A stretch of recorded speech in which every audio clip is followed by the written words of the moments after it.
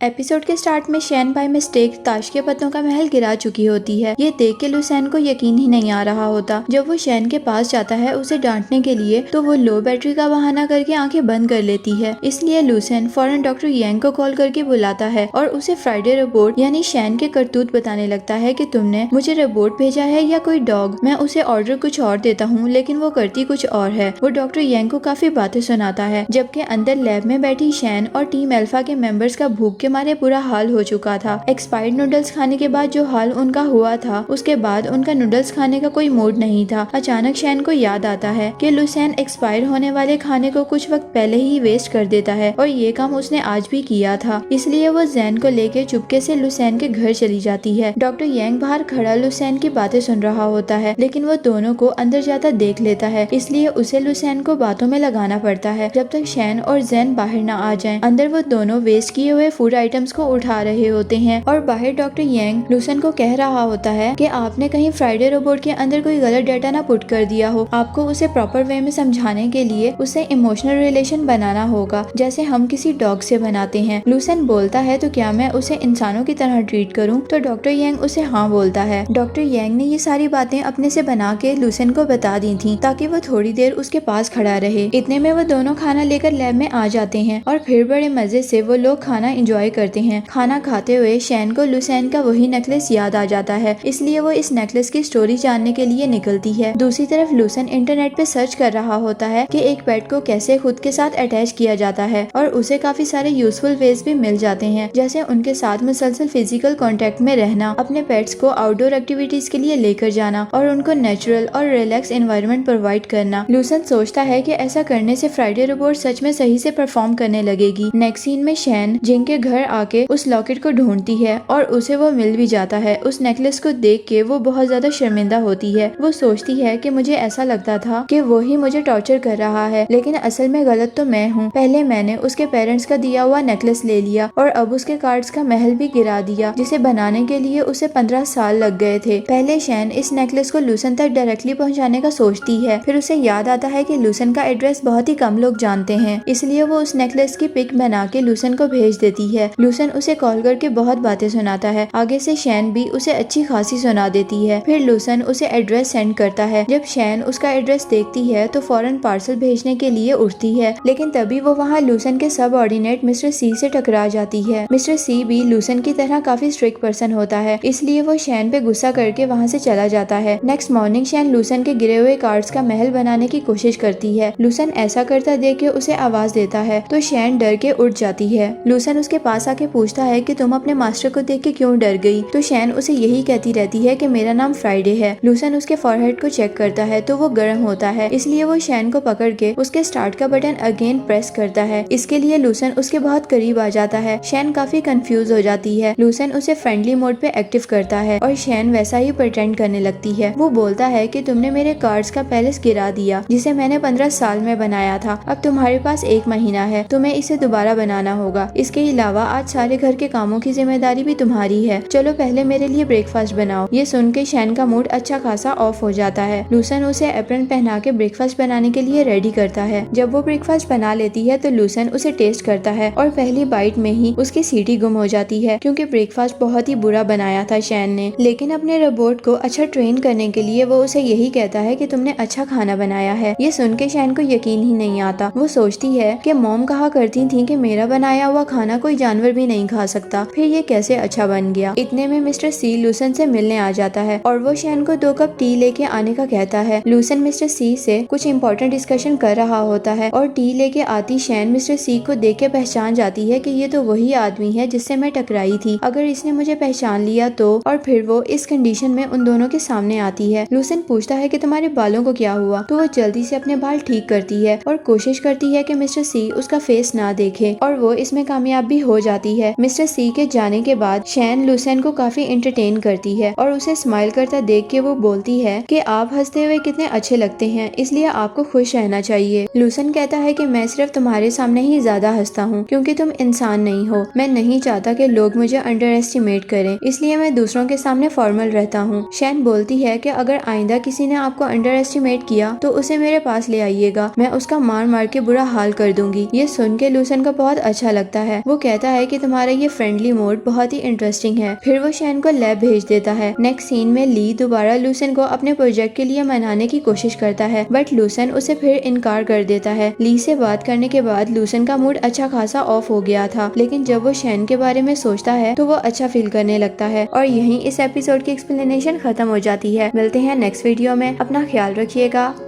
Good bye.